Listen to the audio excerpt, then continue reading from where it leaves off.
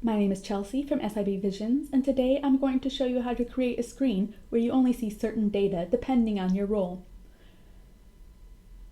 For that, we'll use an existing screen, such as our customer screen that we have seen in previous videos. To restrict what a particular role can see, we begin by clicking the editing pencil and click Edit on Load. This is where we can define what we want. We add another command and set a filter value. Let's use the customer city for our example. We will filter to Vienna. Putting in another command, we want it so the role in question cannot edit this, and we want only the customers from Vienna. So we can hide the component and again choose the city filter.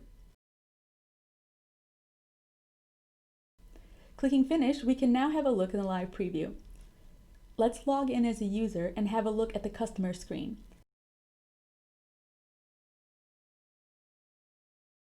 As you can see, I am unable to see the city filter and I can only see customers in Vienna. Of course, to make it perfect, you'll also want to hide the label as well, but this gives you a quick overview.